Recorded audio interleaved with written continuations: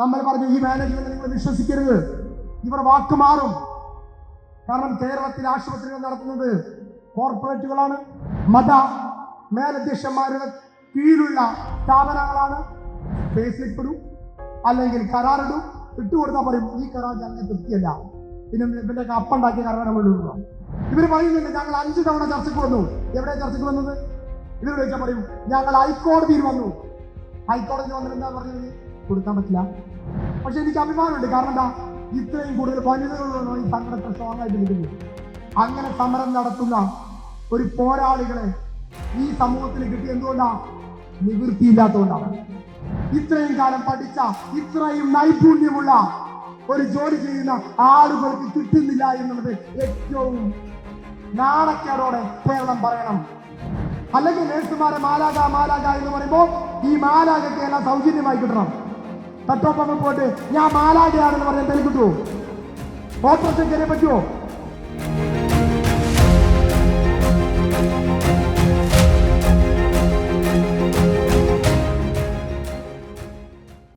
വേദിയിലുള്ള ഈ പരിപാടിയുടെ മുഖ്യാതിഥി ഷാജോസ് കറിയാവുന്നു.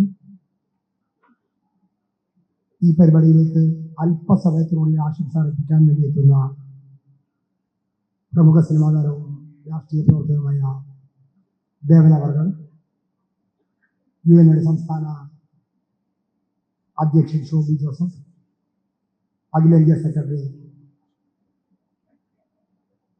സുധീരലി, സംസ്ഥാന സെക്രട്ടറി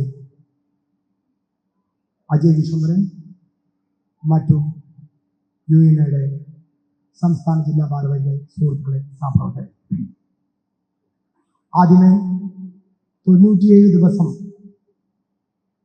ഒരു നിരവധി പ്രതിസന്ധികളെ തരണം ചെയ്തുകൊണ്ട്, നിരവധി വെല്ലുവിളികളെ അതിജീവിച്ചുകൊണ്ട് കരുത്തോടെ തങ്ങളുടെ അവകാശത്തിന് വേണ്ടി പോരാടുന്ന മുഴുവൻ അമലയിലെയും ജൂബിലിയിലെയും മുഴുവൻ നേഴ്സുമാരെയും UNA കുടുംബത്തിന് വേണ്ടി അഭിവാദ്യം ചെയ്യണം. പ്രിയപ്പെട്ടവരെ, സത്യം പറഞ്ഞാൽ എനിക്കൊരു ക്ഷമാപണം ആദ്യം നടത്തണം. കാരണം കഴിഞ്ഞ 60 ദിവസമായി കാര്യമായി സമരപരിപാടികളിൽ എനിക്ക് പങ്കെടുക്കാൻ സാധിക്കുന്നില്ല. കാരണം ഞാൻ ഈ സമരം തുടങ്ങുന്നതിന് മുമ്പ്, യഥാർത്ഥത്തിൽ മാർച്ച് മാസത്തിൽ തന്നെ അല്ലെങ്കിൽ അതിന് മുമ്പ് തന്നെ എൻ്റെ ആരോഗ്യപരമായിട്ടുള്ള വലിയ പ്രശ്നമൊന്നുമില്ല, ഡയബറ്റിക്കുമായി ബന്ധപ്പെട്ട പ്രശ്നമാണ്. അത് ആദ്യം റോക്കറ്റ് പോലെ മുകളിലായിരുന്നു, അപ്പോൾ വലിയ കുഴപ്പമില്ലായിരുന്നു. അപ്പം അത് നേരെ താഴേക്ക് പോയി. അപ്പോൾ ഇടയ്ക്കിടയ്ക്ക് പ്രശ്നങ്ങളും ഉണ്ടാവും. അപ്പോൾ അതുമായി ബന്ധപ്പെട്ട് ചികിത്സകളും കാര്യങ്ങളൊക്കെ ആയി പലപ്പോഴും സമരങ്ങൾക്ക് നേതൃത്വം കൊടുക്കാൻ സാധിക്കാതെ വരും. അതെനിക്ക് വലിയ നഷ്ടമായിട്ട് തോന്നിയിട്ടുണ്ട്. ഇവിടെ അവസാന ദിവസം ഞാൻ ഒരു ചർച്ചയ്ക്ക് വേണ്ടി ഷാഹിൻ സാറിൻ്റെ വീട്ടിൽ പോയി കിടന്നപ്പോൾ പോലും വലിയ രീതിയിൽ എൻ്റെ ഷുഗർ താഴ്ന്നുപോയി. അപ്പോൾ ഷാഹിൻ സാറിനെ പറഞ്ഞ് നിങ്ങൾ അവിടെ പോകും, നിങ്ങളെ കൂടെ ഞാൻ ഉണ്ടാവും എന്ന് പറഞ്ഞ് അന്ന് മുതൽ ഇന്ന് വരെ എല്ലാ കാലത്തുള്ള പോലെ ഷാഹിൻ സാറ് മുന്നിൽ നിന്ന് തന്നെ ഈ സമരത്തിന് എല്ലാ പിന്തുണയും തരുന്നുണ്ട്. എല്ലാ ദിവസവും സമരത്തിന് വലിയ കരുത്ത് പകരുന്നുണ്ട്. എന്തായാലും അടുത്തൊരു കുറച്ച് ദിവസത്തിനുള്ളിൽ ഞാൻ ആരോഗ്യം വീണ്ടെടുക്കും. അതിനു മുമ്പ് സമരം അവസാനിക്കുമെന്ന് ഞാൻ വിശ്വസിക്കുന്നു. സമരം അവസാനിച്ചില്ലെങ്കിൽ എന്ത് പേരിട്ട് ജാസ്മിൻഷാനെ വിളിച്ചാലും വേണ്ടില്ല, ഏത് തരത്തിലുള്ള മുദ്ര ചാർത്തിയാലും വേണ്ടില്ല, ശക്തമായിട്ടുള്ള പോരാട്ടവുമായി നിങ്ങൾക്ക് മുമ്പിൽ ഞാൻ ഉണ്ടാകുമെന്നുള്ള കാര്യത്തിൽ ഒരു സംശയം വേണ്ട. യഥാർത്ഥത്തിൽ പ്രിയപ്പെട്ടവരെ, എങ്ങനെയാണ് നമ്മൾ സമരം തുടങ്ങുന്നത്? സമരം തുടങ്ങിയത് 2023 2018 ഏപ്രിൽ 23 ശമ്പളം സർക്കാർ പ്രഖ്യാപിക്കുന്നു. അന്ന് UNA സമരത്തിന്റെ ഫലമായിട്ട് അർദ്ധരാത്രിയാണ് ആ ശമ്പളം പ്രഖ്യാപിക്കുന്നത്. അന്ന് അടിസ്ഥാന ശമ്പളം 20,000 ആകുമ്പോൾ അന്ന് സർക്കാർ നമ്മളോട് പറഞ്ഞത് 3 വർഷത്തിനുള്ളിൽ നിങ്ങൾക്ക് അലവൻസുകൾ അടക്കമുള്ള ശമ്പളം doctor Jagadish Prasad committee, Jagadish Prasad committee പ്രകാരമുള്ള ശമ്പളം കിട്ടുക. ആരാണ് ജഗദീഷ് പ്രസാദ് കമ്മിറ്റി? സുപ്രീം കോടതിയുടെ നിർദ്ദേശപ്രകാരം കേന്ദ്ര സർക്കാർ നിയോഗിച്ച സമിതിയാണ് ജഗദീഷ് പ്രസാദ് കമ്മിറ്റി. ഏത് വർഷം? 2016 ആ കമ്മീഷൻ റിപ്പോർട്ട് സമർപ്പിക്കുന്നത്. 2012 ഈ ഇതുമായി ബന്ധപ്പെട്ട വിധി ഉണ്ടാകുന്നതിനും 2016 നമ്മുടെ ദേവൻ സാർ വേദിയിലേക്ക് എത്തിയിരുന്നു. അദ്ദേഹത്തിന് ഒരു സ്വാഗതം, ഒരു നിറഞ്ഞ കയ്യടികളോട് തന്നെ നമുക്ക് അദ്ദേഹത്തെ വേദിയിലേക്ക് സ്വീകരിക്കാം. അപ്പോ അന്ന് 2016 ജനുവരി മാസം 16-ാം തീയതിയാണ് സർക്കാർ നഴ്സുമാർക്ക് തുല്യമായ ശമ്പളം സ്വകാര്യ ആശുപത്രിയിലെ നഴ്സുമാർക്കും ലഭിക്കണമെന്ന് പറഞ്ഞുകൊണ്ട് ഒരു കമ്മിറ്റി റിപ്പോർട്ട് വരുന്നു. അതിനു മുമ്പ് തന്നെ സുപ്രീം കോടതി പറഞ്ഞിരുന്നു നഴ്സുമാരുടെ ശമ്പളം തുല്യ ജോലിക്ക് തുല്യ വേതനം കൊടുക്കണം. അതായത് 40,000 കൊടുക്കുന്നത് എത്ര കൊല്ലം മുമ്പ്? 10 കൊല്ലം മുമ്പ്. അതായത് 10 കൊല്ലം മുമ്പ് കിട്ടേണ്ട ശമ്പളമാണ് 40,000 രൂപ അടിസ്ഥാന ശമ്പളം എന്നുള്ളത്. പക്ഷെ ആരും കേൾക്കാനുണ്ടായില്ല. നമ്മൾ സമരം ചെയ്തു, 20,000 കിട്ടി.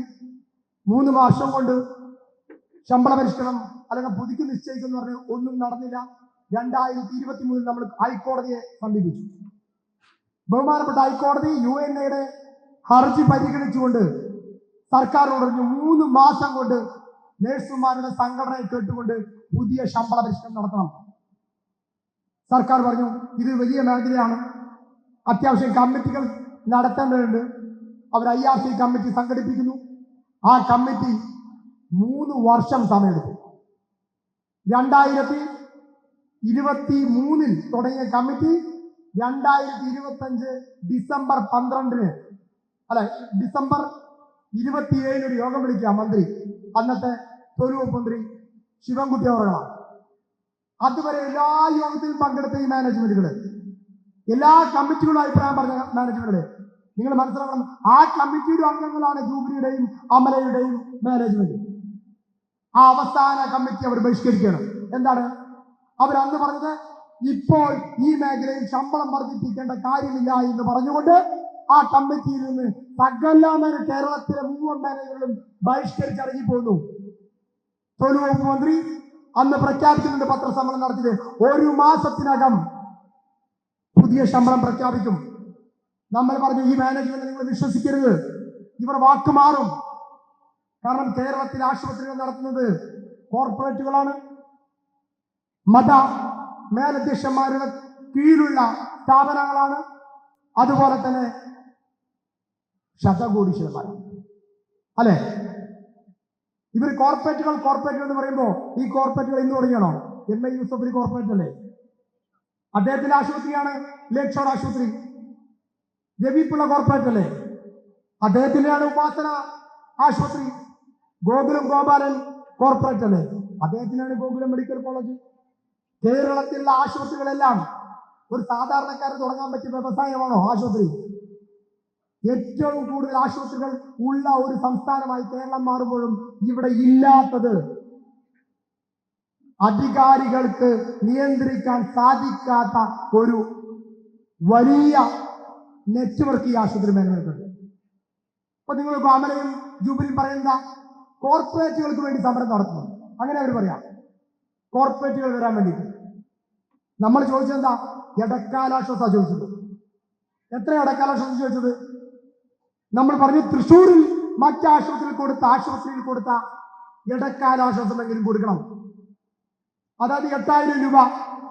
നിങ്ങൾ നോക്കിയാൽ മതി, എല്ലാ പോസ്റ്റിന്റെ അടിയിലും കുറെ പിതൃശൂന്യ അടികളിൽ നിന്ന് വന്ന് അവർ കമന്റ് ചെയ്യും.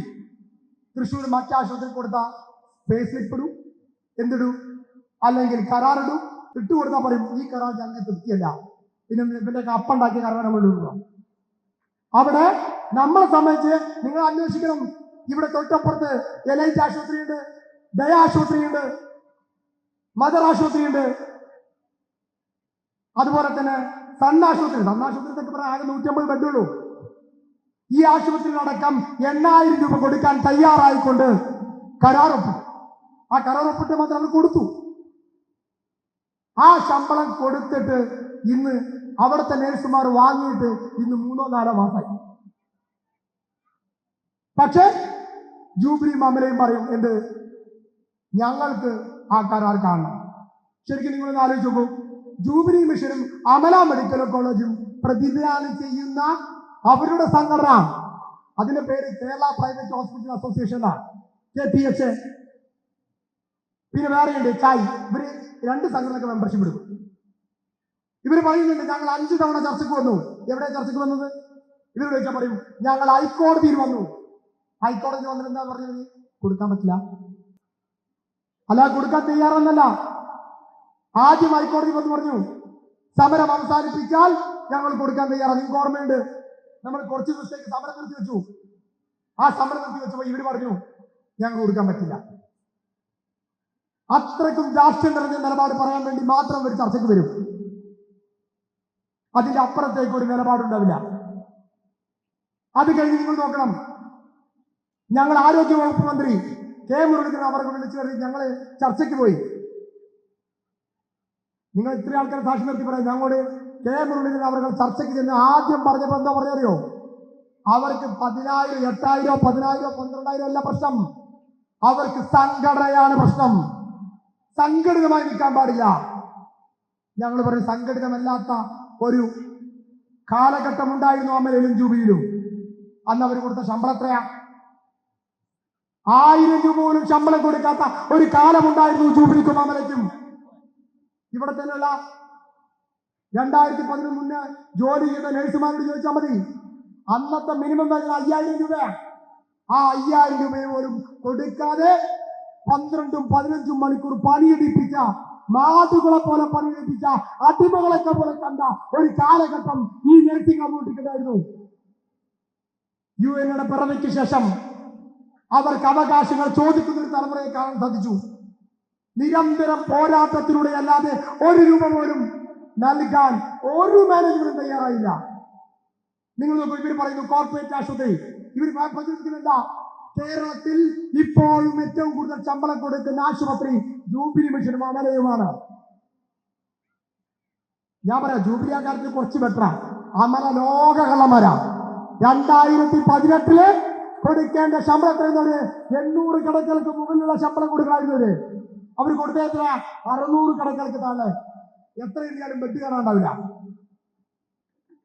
കാരണം മജീഷ്യൻ സാമ്രാട്ടൊന്നും അമല മാനേജ്മെന്റിൽ ഒന്നുമില്ല. നിന്ന നെൽപ്പൽ ബെഡ് കാണാനാവില്ല. കാരണം ബെഡുകളുടെ എന്തിനാണ് ഈ ശമ്പളം തീരുമാനിക്കുക? ഞങ്ങളന്ന് പറഞ്ഞതാണ് സർക്കാരോട്, വരുമാനത്തിന്റെ അടിസ്ഥാനത്തിലാക്കണം ശമ്പള പ്രഖ്യാപനം. അന്ന് ഈ അമലയും ജൂബിലി പറഞ്ഞു പറ്റില്ല, അവരുടെ സംഘടന പറഞ്ഞു പറ്റില്ല. അങ്ങനെയാണ് ബെഡിന്റെ അടിസ്ഥാനത്തിലാക്കിയത്. ഇപ്പൊ നിങ്ങൾ നോക്കൂ, UN അന്ന് പറഞ്ഞ മുദ്രാക്കി ഇന്ന് അവർ പറയാം വരുമാനത്തിന്റെ അടിസ്ഥാനത്തിലാക്കണം. ഈ വരുമാനം പരിശോധിക്കാൻ വേണ്ടി ഒരു ഗവൺമെന്റ് കമ്മിറ്റി വെച്ചോട്ടെ, അപ്പൊ ഒരു കോടതിയിൽ. അതായത് ഇവർക്ക് എന്തിനും ന്യായവാദങ്ങൾ, മുരട്ടുവാദങ്ങൾ ഉണ്ടാവും. അവർ പറയുന്നു ഞങ്ങളെക്കാൾ കൂടുതൽ ശമ്പളം ആശുപത്രി ഉണ്ടല്ലോ. ഈ ഇടക്കാല ആശുപത്രി കഴിഞ്ഞപ്പോൾ കേരളത്തിലെ ആസ്റ്റർ ആശുപത്രി 38,000 രൂപ ശമ്പളം വാങ്ങുന്നുണ്ട്. ബേബി മെമ്മോറിയൽ ആശുപത്രിയിലെ നഴ്സുമാർ തുടക്ക ശമ്പളമാണ് പറയുന്നത് 37,000 വാങ്ങുന്നവരുണ്ട്. ഇവർ പറഞ്ഞാൽ 65,000 വാങ്ങുന്നുണ്ട്. കോഴിക്കോട് മൈത്ര ആശുപത്രി പോയിക്കാം 1,10,000 വാങ്ങുന്ന UN പ്രവർത്തനം നിങ്ങൾക്ക് അവിടെ കാണാൻ സാധിക്കും. ഞങ്ങൾ പറഞ്ഞ് ഇതൊന്നും ആശുപത്രി മാനേജ്മെന്റ് സൗജന്യമായി കൊടുത്തല്ല, പോരാടി വാങ്ങിയതാണ്. ചോദിച്ചപ്പോ തരാതിരുന്നപ്പോ ചോദിക്കേണ്ട രീതിയിൽ ചോദിച്ചു. ഇപ്പൊ നിങ്ങൾ നോക്കിയാൽ മതി, അമലനും ജൂബിലിയൊക്കെ വളരെ സമാധാനപരമായ സമരമാണ് അല്ലെ? രാവിലെ 10 മണിക്ക് സമരം തുടങ്ങും, 3:30 ആകുമ്പോൾ ഇവർ അവസാനിപ്പിക്കും. ഞാനിപ്പോഴും ഇവിടെ കമ്മിറ്റിയോട് പറയും, സ്കൂൾ കുട്ടികൾ സ്കൂളിൽ പോയി എണ്ണ വരികയാണ്, സമരത്തിന്റെ മുറ മാറ്റണം. പക്ഷെ കോഴിക്കോട് ഞങ്ങൾ രാവും പകലൊക്കെ ഇല്ലാണ്ട് സമരം ചെയ്തു. അന്ന് ചർച്ച നടത്തിയപ്പോ Baby Memorial, KKR group, American ആഗോള കുത്ത കമ്പനി, ബ്ലാക്ക്സ്റ്റോൺ, അമേരിക്കൻ ആഗോള കുത്ത കമ്പനിയുടെ മാനേജ്മെന്റ് പറഞ്ഞു നിങ്ങളുടെ സമരം കൊണ്ട് ഞങ്ങൾക്കുണ്ടായ നഷ്ടം 38 കോടി രൂപയാണ്. നിങ്ങൾ ആലോചിച്ച് നോക്കൂ, 23 ദിവസം സമരം ചെയ്തപ്പോ 38 കോടി നഷ്ടമുണ്ടായപ്പോ ഞങ്ങൾ ചോദിച്ചു നിങ്ങൾ ആരെ സമരം ചെയ്യാൻ പറഞ്ഞു? ആ ശമ്പളം പറ്റുന്നില്ല, 10 കൊല്ലം ശമ്പളം കൊടുക്കാൻ. അപ്പൊ അവർ പറഞ്ഞു ഇപ്പൊ മനസ്സിലായി. കാരണം കുറച്ച് ബുദ്ധി ഉണ്ടെങ്കിൽ മനസ്സിലാവും. അതിനർത്ഥം അച്ഛന്മാർക്ക് ബുദ്ധി ഇല്ല എന്നല്ല ഞാൻ പറഞ്ഞത്, അച്ഛന്മാർക്ക് ബുദ്ധി കുറച്ച് കൂടിപ്പോയി. അതാണ് അതിന്റെ പ്രശ്നം. ആരോഗ്യമന്ത്രി ഇന്നും ഞങ്ങൾ വിളിച്ചപ്പോ പറഞ്ഞു കുറച്ച് ദിവസം കൂടി ഞാൻ നോക്കിയിട്ടുണ്ട്, നിങ്ങൾ സമരം ശക്തമാക്കിക്കോ, നിങ്ങളോടൊപ്പം തന്നെ നിന്ന് ഞാൻ തന്നെ ഈ സമരം തീർക്കും എന്ന് അദ്ദേഹം പ്രഖ്യാപിച്ചു. അദ്ദേഹത്തെ ഞാൻ അഭിനന്ദിക്കാനുള്ള കാരണം എന്താ അറിയോ? 15 വർഷത്തിനുള്ളിൽ ഒരു ആരോഗ്യമന്ത്രിയും ഒരു തൊഴിൽ സമരത്തിലും ഇതുപോലെ ഇടപെട്ടിട്ടില്ല. ഇവിടെയുണ്ട് ഒരു ലേബർ ഓഫീസർ, അത് സ്ത്രീയാണ്, ഞാൻ കൂടുതൽ വാക്ക് പറയുന്നില്ല. പറഞ്ഞപ്പോൾ അടുത്ത സ്ത്രീ പീഡനത്തിനും കൂടി കേസ് കൊടുക്കും. അല്ലെങ്കിൽ തന്നെ കോടതി കയറി ഇറങ്ങുന്ന മാസം സമയമുള്ളൂ. അവരെന്താ ചെയ്യുന്നത്? നമ്മുടെ പ്രവർത്തകർ അങ്ങോട്ട് ചെന്നപ്പോ നിങ്ങൾ നോക്കൂ, ഒരു രാഷ്ട്രീയ പാർട്ടി, ഒരു സംഘടനയോ ഒരു സമരം നടന്നു ചർച്ചയ്ക്ക് വിളിക്കുക എന്നുള്ള സാമാന്യ ബോധ്യം ഒരു ലേബർ ഓഫീസർക്ക് ഉണ്ടാവും. പക്ഷെ തൃശ്ശൂരിലെ ലേബർ ഓഫീസർക്ക് ഒരു കാലത്തൊന്നും ഉണ്ടായിട്ടില്ല. പക്ഷെ അവരാരും മാറ്റില്ല. നൈൽ ആശുപത്രിയിൽ സമരം നടന്നപ്പോ അവർ പറഞ്ഞു ചർച്ചയ്ക്ക് വിളിക്കില്ല. ജൂബിലിയിലും അമലിൽ സമരം നടന്നപ്പോ അവർ ഇന്നേ വരെ ചർച്ചയ്ക്ക് ചെന്നപ്പോ അവിടുത്തെ നഴ്സുമാരോട് പറഞ്ഞു ഇപ്പൊ ചർച്ചയ്ക്ക് തയ്യാറല്ല. അപ്പൊ നമ്മുടെ കുട്ടികൾ അങ്ങോട്ട് ഒന്ന് തള്ളിക്കറി. അപ്പൊ അവർ ചർച്ചയ്ക്ക് പോകും. പക്ഷെ കുറച്ച് കഴിഞ്ഞപ്പോ തന്നെ അത് മട്ടിമറിച്ചു ചർച്ച. അങ്ങനെ സകലമാന ചർച്ചകൾ മട്ടിമറിച്ചുകൊണ്ട് അധികാരത്തിന്റെ അല്ലെങ്കിൽ കരുത്തിന്റെ അല്ലെങ്കിൽ സാധാരണക്കാരന്റെ ശബ്ദങ്ങളെ ചവിട്ടി മതിക്കുന്ന ഇത്തരം മാനേജ്മെന്റുകൾ, ഇവരോടാണ് കഴിഞ്ഞ 15 വർഷമായി നിരന്തരമായി ഒരു സംഘടന ഏറ്റുമുട്ടുന്നത്. പക്ഷെ എനിക്ക് അഭിമാനമുണ്ട്. കാരണം എന്താ, ഇത്രയും കൂടുതൽ വനിതകളോടാണ് ഈ സംഘടന സ്ട്രോങ് ആയിട്ട് നിൽക്കുന്നത്. ഞങ്ങളുടെ ആസ്റ്റർ ഗ്രൂപ്പ് ചർച്ച കടന്നപ്പോൾ പറഞ്ഞു ഈ പിള്ളേർ എണീറ്റ് പോണില്ലല്ലോ. ആദ്യം വിചാരിച്ചോണ്ട് അന്ന് നല്ല ചൂടാ, ഇപ്പൊ മഴയല്ലേ, അന്ന് 2 ദിവസം ചൂടടിച്ചാൽ എണീറ്റ് പോയിക്കോളൂ. രാത്രി ആയപ്പോൾ വിചാരിച്ചോ രാത്രി സംഘടന പ്രഖ്യാപിച്ചോ, ഓ രാത്രിയൊക്കെയല്ലേ പെൺകുട്ടികളല്ലേ ഇവർ സംഘടന പേടിച്ചു പോകുന്നു, രാത്രി മതി. അങ്ങനെ സമരം നടത്തുന്ന ഒരു പോരാളികളെ ഈ സമൂഹത്തിന് കിട്ടിയ എന്തുകൊണ്ടാ? നിവൃത്തിയില്ലാത്തതുകൊണ്ടാണ്. മറ്റെല്ലാ പ്രശ്നവും നിങ്ങൾ നോക്കൂ, ഒരു ബംഗാളി അല്ലെങ്കിൽ വേണ്ട ഏതൊരു തൊഴിൽ, നിങ്ങളൊരു മേസൺ ആയിക്കോട്ടെ, ഒരു ഇലക്ട്രീഷ്യൻ ആയിക്കോട്ടെ, ഒരു പ്ലംബർ ആയിക്കോട്ടെ, അവർക്ക് കിട്ടുന്ന ശമ്പളം പോലും ഇത്രയും കാലം പഠിച്ച ഇത്രയും നൈപുണ്യമുള്ള ഒരു ജോലി ചെയ്യുന്ന ആളുകൾക്ക് കിട്ടുന്നില്ല എന്നുള്ളത് ഏറ്റവും നാണക്കേടോടെ കേരളം പറയണം. കേരളം ഒന്നാമത് എന്ന് പറയുമ്പോ നാം പറയണം, ഇവിടെ ജനിച്ചു വളർന്ന, ഇവിടെ പഠിച്ചുണ്ടാക്കിയ, നിങ്ങൾക്ക് പറയണം നഴ്സിംഗ് പഠിക്കാൻ എന്ത് പാടാന്നുള്ള കാര്യം. അത്രമാത്രം പഠിക്കാനുള്ള സംഗതി ഒരു കുടുംബത്തിന്റെ രക്ഷിതാക്കൾ അവരുടെ മുഴുവൻ സമ്പാദ്യം വിറ്റുതലച്ചില് പഠിപ്പിക്കുമ്പോ അവർക്ക് അർഹമായ കൂലി കൊടുക്കാൻ, അത് ഉറപ്പുവരുത്താൻ ഒരു സർക്കാരുകൾക്ക് സാധിക്കുന്നില്ല. അനീതി എവിടെയുണ്ടോ അവിടെ വിപ്ലവം ഉണ്ടാകും എന്നുള്ളതാണ് യാഥാർത്ഥ്യം. അതാണ് കേരളത്തിലുടനീളം കണ്ടത്. 490 ആശുപത്രികളിൽ എല്ലായിടത്തും ശമ്പള വർധന കൊടുത്തു. ഇല്ല എങ്കിൽ ഈ പറയുന്ന അമല ജൂബിലി മേനമന് ധൈര്യത്തോടെ പറയണം, അവർക്ക് കീഴിൽ ആശുപത്രി, അമലയുടെ അതേ മാനേജ്മെന്റിലുള്ള CMI സഭയുടെ കീഴിലുള്ള ആശുപത്രിയാണ് രാജഗിരി. രാജഗിരിയിലെ നഴ്സുമാർ ഇപ്പൊ എത്രയാ തുടക്കമാകുന്നത്? 38,000 രൂപ. അവിടെ യൂണിയൻ ഇടാൻ പോകുന്നതിന് തൊട്ട് തലേ ദിവസം അവർ കൊടുത്തുകൊണ്ട് 10,000 രൂപ വർദ്ധിപ്പിച്ചു. നമ്മളെ സംബന്ധിച്ചിടത്തോളം ഹാപ്പിയായി. ഇതേ അമല മാനേജ്മെന്റ് കീഴിലാണ് പാലന, അല്ലെ? അവിടെയും കൊടുത്തു 3,500-4,000. പിന്നെ അവിടെ ചെന്നിട്ട് അമലയിലെ ജൂനിയർ സെക്ഷൻ അവിടുത്തെ കുട്ടികളെ വിളിച്ചു പറഞ്ഞത് ഉടൻ അമലയിലെ സമരം തീരും, അവിടെ വർദ്ധിപ്പിക്കുന്ന അതേ തുക നിങ്ങൾക്കും തരാം. പക്ഷെ ആ ചർച്ചയ്ക്കൊന്ന് കാണാൻ പോലും അവിടെയുള്ള നഴ്സുമാരെ അനുവദിക്കാത്ത നിലപാട് എത്ര കഷ്ടമാണെന്ന് നോക്കി. എന്നിട്ട് അവർ പറയുന്നു മെത്രാനെ ചീത്ത വിളിച്ചു. ഞാൻ ഇന്നവരെ എന്റെ ജീവിതത്തിൽ മെത്രാനെ ചീത്ത വിളിച്ചില്ല. ഞാൻ കാണുള്ളൂ. ഞാൻ അവിടെ സിയോനെ കാണാൻ പോയപ്പോ അദ്ദേഹം എനിക്ക് കാണിച്ചു, ഏതൊരു വികടൻ എന്ന് പറയുന്ന പേരിൽ ഒരാള് എന്ത് എടോ മെത്രാനെ കൊടുക്കടോ ശമ്പളം തരണേ. അവനോട് ഇത് ജാസ്മിൻ ചെല്ലി. ഞാൻ പറഞ്ഞു എനിക്ക് തെറി വിളിക്കണം, എന്റെ ഫേസ്ബുക്കിലുണ്ട്, ഞാൻ ആരും പിന്നാലെ വിളിക്കാൻ. പക്ഷെ സിയോ ഒരു കാര്യം പറഞ്ഞുട്ടാ, എന്ത് അദ്ദേഹം പറഞ്ഞു സമരം തീരേണ്ടതായിരുന്നു. എന്താണ് ബിഷപ്പിന്റെ പിടിവാശിയാണ്, എന്ത് പിടിവാശിയല്ല ഈഗോ ആണ് ഇപ്പോഴത്തെ പ്രശ്നം, ഞാൻ ഇടപെടാൻ പറ്റില്ല. ഞാൻ പറഞ്ഞു ഇത്രയും വലിയ പോസ്റ്റ് ഇരിക്കുന്ന ആൾക്കാർക്ക് ഈഗോയോ?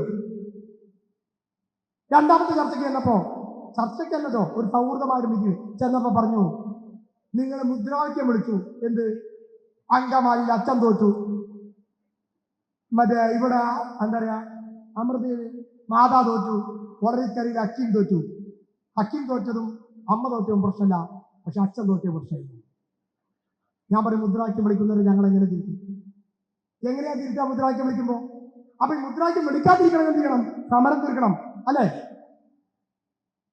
അവരിറക്കിക്കുന്ന 5 ലക്ഷം ആളുകളുണ്ട് തൃശ്ശൂർ അങ്ങാടിയിൽ ഈ സമരം നേരിടാൻ. ഒറ്റ കാര്യം പറയുള്ളൂ, 28 ലക്ഷം മലയാളി നഴ്സുമാരുണ്ട് കേരളത്തിൽ എന്നുള്ളത് ഓർമ്മിപ്പിക്കാൻ ഞങ്ങൾ ആഗ്രഹിക്കുകയാണ്.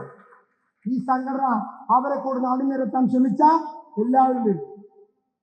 പക്ഷേ ഞാൻ പറയുന്നു, മതം എന്ന് പറയുന്നത് ഒരാളുടെ മാത്രം കുത്തകയാണോ? ദൈവത്തിൽ വിശ്വസിക്കുന്നവരാണ് ഞാനും നിങ്ങളും എല്ലാം.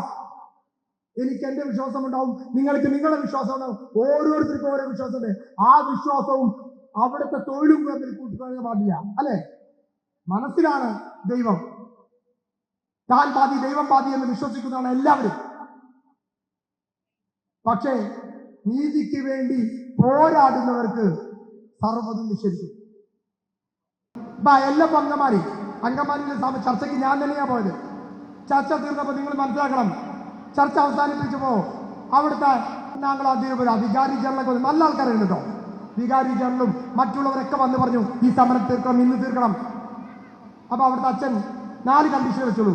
ജാസ്മിൻ ഷാ ഫേസ്ബുക്ക് ലൈവിലിടാൻ പാടില്ല, പടക്കം പൊട്ടിക്കാൻ പാടില്ല, ജാഥ നടത്താൻ പാടില്ല. ഞാൻ പറഞ്ഞു പണ്ടാറത് ഒപ്പിട്ട് തന്നാൽ മതി, ഈ സാധനം കിട്ടിയാൽ മതി, അവസാനിപ്പിച്ചാൽ. നമ്മളെ സംബന്ധിച്ച് അങ്ങനത്തെ ഒരു വിജയാരവത്തിന്റെ പ്രശ്നമില്ല. കാരണം അദ്ദേഹം പറഞ്ഞാൽ കോഴിക്കോട് ഞങ്ങൾ സമരം ജയിച്ചപ്പോൾ പടക്കൊക്കെ പൊട്ടിച്ചിരുന്നവിടെ. അത് കണ്ടിട്ടായിരിക്കാം നമുക്ക് അങ്ങനത്തെ ആഘോഷങ്ങളോ അല്ലെങ്കിൽ ഇത് ജീവിക്കാൻ വേണ്ടിയാണ്. നിങ്ങൾ ആലോചിച്ച് നോക്കൂ, ഒരു ഗ്യാസിന്റെ വില എങ്ങനെയാ കൂടുന്നത്? അല്ലെങ്കിൽ നേഴ്സുമാരെ മാലാക എന്ന് പറയുമ്പോൾ ഈ മാലാകയ്ക്ക് എല്ലാം സൗജന്യമായി കിട്ടണം. പെട്രോൾ പമ്പിൽ പോയിട്ട് ഞാൻ മാലാകയാണെന്ന് പറഞ്ഞാൽ എന്തെങ്കിലും കിട്ടുമോ? ഓപ്പറേഷൻ കയറിയ പറ്റുമോ? ഇപ്പൊ ബസ്സിൽ പ്രിയദർശിനി ബസ്സിൽ മാത്രമുണ്ട് സൗജന്യം, മറ്റു ബസ്സിൽ പോയി അതിനും പൈസ വേണം. ഞാൻ പറയുന്നത് സൗജന്യമായിട്ട് എല്ലാം കൊടുക്കാൻ ആശുപത്രി മാനേജ്മെന്റ് തയ്യാറാണ്. ജൂബിലി അല്ലെങ്കിൽ അമല മാനേജ്മെന്റ് തയ്യാറാണെങ്കിൽ ഞങ്ങൾക്ക് ശമ്പള വർധനവ് വേണ്ട എന്ന് പറയാൻ ഞങ്ങൾ ആഗ്രഹിക്കുകയാണ്. പക്ഷെ മറിച്ച് അവർക്കൊരു കുടുംബമുണ്ട്. ഇവിടെ പണ്ട് കോഴിക്കോട് പിന്നെ വേറെ കാര്യം പറയാം, ഇവർ പറയും ജൂബിലി മിഷൻ ആശുപത്രിയാണ് ഏറ്റവും കൂടുതൽ ശമ്പളം കൊടുക്കുന്നത്, ട്രെയിനുകൾക്ക് 22,000 കൊടുക്കുന്നു. ട്രെയിനിൽ നിന്നുള്ള തസ്തിക പോലുമില്ല കോഴിക്കോട് ഇക്കറയിൽ. 2023 UN സമരം മുതൽ അവിടെ നഴ്സുമാര് തുടക്കം കയറുന്ന ട്രെയിനി കുട്ടികൾ എന്ന് പറഞ്ഞ ആൾക്കാര് ജൂനിയർ സ്റ്റാഫിന് അവിടെ 25,000 വാങ്ങുന്നുണ്ട്. ഇതൊക്കെ യാഥാർത്ഥ്യമല്ലെങ്കിൽ ഈ സമരം ഞങ്ങൾ പിൻവലിക്കാം. എല്ലായിടത്തും ശമ്പളം കിട്ടും. അപ്പൊ ഞങ്ങളെ വിളിച്ചതും അപ്പൊ ഇവർ രാജഗിരിയിലെ പേ സ്ലിപ്പ്, ഒരു കുട്ടിയുടെ പേ സ്ലിപ്പ് ഞങ്ങൾ എന്തിനാണ് പ്രസിദ്ധീകരിക്കേണ്ട ആവശ്യം? അല്ലെങ്കിൽ ഇവർ പോകണം, ഇവർക്ക് കാലം ഇല്ലേ?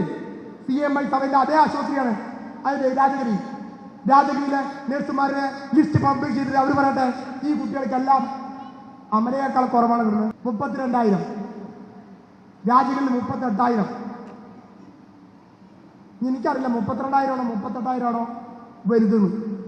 ചിലപ്പം അമലയുടെ മാനേജ്മെന്റിന് ചിലപ്പോൾ 32,000 ആയിരിക്കും കൂടുതൽ. ഇങ്ങനെ ശുദ്ധ നുണ പറഞ്ഞിട്ട് അവർ പറയുന്നു UN നുണ പ്രചരിപ്പിക്കുന്നു. അവർ ഓരോ ദിവസം ചിലപ്പോൾ പറയും കുറച്ച് ദിവസം ഞാൻ കുട്ടികൾ കയറുമ്പോ അവർ കയറുന്നവരെ ഞങ്ങൾ പിരിച്ചുവിടില്ല. എന്ത് പറഞ്ഞാൽ കയറേണ്ടത്? ശമ്പള വർധന വേണ്ടാറ്. അപ്പൊ പ്രിയപ്പെട്ടവരെ, ഈ സമരം ന്യായത്തിനും നീതിക്കും വേണ്ടിയുള്ള സമരമാണ്. UN ആദ്യമായിട്ടല്ല 100 ദിവസത്തോളം സമരം ചെയ്തു. 365 ദിവസം സമരം ചെയ്ത ആശുപത്രിയുണ്ട്. 110 ദിവസം ഈ തൃശ്ശൂർ തന്നെ കൊടുങ്ങല്ലൂർ ക്രാഫ്റ്റ് ആശുപത്രി സമരം നടത്തിയിട്ടുണ്ട്. സമരങ്ങൾ വിജയം വരെ, നീതി ലഭിക്കും വരെ കരുത്തോടെ മുന്നോട്ട് പോകും. പ്രിയപ്പെട്ട രക്ഷിതാക്കളെ, നിങ്ങളോടാണ് എനിക്ക് ഏറ്റവും കൂടുതൽ നന്ദി പറയാനുള്ളത്. നിങ്ങൾ കൊടുക്കുന്ന കരുത്തുറ്റ പിന്തുണയാണ് ഈ ആശുപത്രിയിലെ നഴ്സുമാർ ഇതുപോലെ സമരം ചെയ്യാൻ കാരണമെന്ന് എനിക്കറിയാം. നിങ്ങളോടാണ് എനിക്ക് അഭിവാദ്യം ചെയ്യാനുള്ളത്. കാരണം ഒരു കുടുംബം പുലരണമെങ്കിൽ, ഞാനത് പറഞ്ഞു. IMAയുടെ പ്രസിഡന്റ് കോഴിക്കോട് ഇക്കര ആശുപത്രി IMAയുടെ പ്രസിഡന്റ് ചോദിച്ചു, നഴ്സുമാർക്ക് എന്തിനാ 50,000? നഴ്സുമാർക്ക് കാറ് വാങ്ങാനാണോ? നഴ്സുമാർക്ക് ബംഗ്ലാവ് മേടിക്കാനാണോ? എന്താ നഴ്സുമാർ കാറ് കയറി കഴിഞ്ഞാൽ കാർ ഓടൂലേ? നഴ്സുമാർ കാറിൽ പോകണം. നഴ്സുമാർ കേരളക്കരയിൽ മാത്രമാണെന്ത് ഇതുപോലെ കഷ്ടപ്പെടുന്നത്. ഇവിടുന്ന് ഫ്ലൈറ്റ് കയറിയ 2 ഫ്ലൈറ്റ് വാങ്ങാനുള്ള പൈസ കിട്ടുന്നുണ്ടാവും. അപ്പൊ അതുകൊണ്ട് അത്തരം വാശികളൊന്നും ഞങ്ങളോട് വേണ്ട. ഈ സർക്കാരിനോട് ഞങ്ങൾ പറഞ്ഞിട്ടുണ്ട് 40,000 തന്നെയാണ് ഞങ്ങൾക്ക് വേണ്ടത്. ഇപ്പോൾ ഈ സമരത്തിൽ ഞങ്ങൾ ആവശ്യപ്പെടുന്ന 8000 രൂപയാണ്. അല്ലെങ്കിൽ ഒരു ഇടക്കാല ആശ്വാസമാണ്. കോൺട്രാക്ട് വ്യവസ്ഥ, ചൂഷണത്തിന്റെ അങ്ങേയറ്റം. ഇന്ന് കേരളത്തിൽ വളരെ കുറച്ച് ആശുപത്രിയിലെ കോൺട്രാക്ട് സിസ്റ്റം ഉള്ളൂ. അതിലൊന്നാണ് ജൂബിലി മിഷൻ ആശുപത്രി. അപ്പോ പ്രിയപ്പെട്ടവരെ, ഞാൻ ദീർഘിപ്പിക്കുന്നില്ല. നിങ്ങൾക്ക് നിരവധി ആളുകളോട് വാക്കുകൾ ശ്രദ്ധിക്കാനുണ്ട്, നിങ്ങളുടെ കാര്യങ്ങൾ കേൾക്കാനുണ്ട്. ഏറ്റവും കരുത്തോടെ ഈ സമരം കൊണ്ടുപോകും. ഏറ്റവും ഉജ്ജ്വലമായ സമര രീതിയിലേക്കാവും സമരം കൊണ്ടുപോവുക. ഇത് ഇത്രയും കാലം വളരെ സമാധാനത്തോടെ ആയിരുന്നെങ്കിൽ ഇനി അത്ര മനസമാധാനമൊന്നും ആശുപത്രി മേഖലയിൽ ഉണ്ടാവില്ല. ഉജ്ജ്വലമായ പോരാട്ടത്തിലേക്ക് ഈ സമരം കടക്കുമ്പോൾ അത്യുജ്വലമായ പിന്തുണ നിങ്ങളുടെ ഓരോരുടെ അടുത്തുനിന്നും ഉണ്ടാകണം. ഈ വിശ്വാസി സമൂഹത്തിൽ പെട്ട ആളുകളാണ് നമ്മളെല്ലാവരും എന്നുള്ള ചിന്താഗതി നിങ്ങൾക്ക് വേണം. നമ്മളെല്ലാം ഒത്തൊരുമിച്ച് നിന്നാൽ ഏത് മലയും കീഴ്മേൽ മറിയും എന്നുള്ള ഒരു കാര്യം വേണ്ട. രാഷ്ട്രീയക്കാരോട് പറയാനുള്ളതാണ്. മതനേതാക്കന്മാർ പറഞ്ഞാൽ മാത്രമല്ല വോട്ട് വരിക. തൊഴിലാളികൾ പറഞ്ഞാലും അവരുടെ കുടുംബങ്ങൾ ചിന്തിച്ചാലും ഇപ്പോ കയറിയിരിക്കുന്നവർക്ക് താഴെ ഇറങ്ങാനുള്ള കാര്യം ഉണ്ടാക്കാനും തൊഴിലാളി സമൂഹത്തിന് കഴിയുമെന്ന് മാത്രം സൂചിപ്പിച്ചുകൊണ്ട് ഈ സമരത്തിൽ പങ്കെടുത്ത മുഴുവൻ പേരെയും അഭിവാദ്യം ചെയ്തുകൊണ്ട് ഈ പരിപാടിയിൽ പങ്കെടുക്കുന്ന മുഴുവൻ ആളുകൾക്കും നന്ദി അർപ്പിച്ചുകൊണ്ട് ഈ പരിപാടി ഉദ്ഘാടനം ചെയ്ത് അറിയിച്ചുകൊണ്ട് ഞാൻ വാക്കുകൾ ഉപസംഹരിക്കുന്നു. നന്ദി, നമസ്കാരം, ജയ് ജയ്.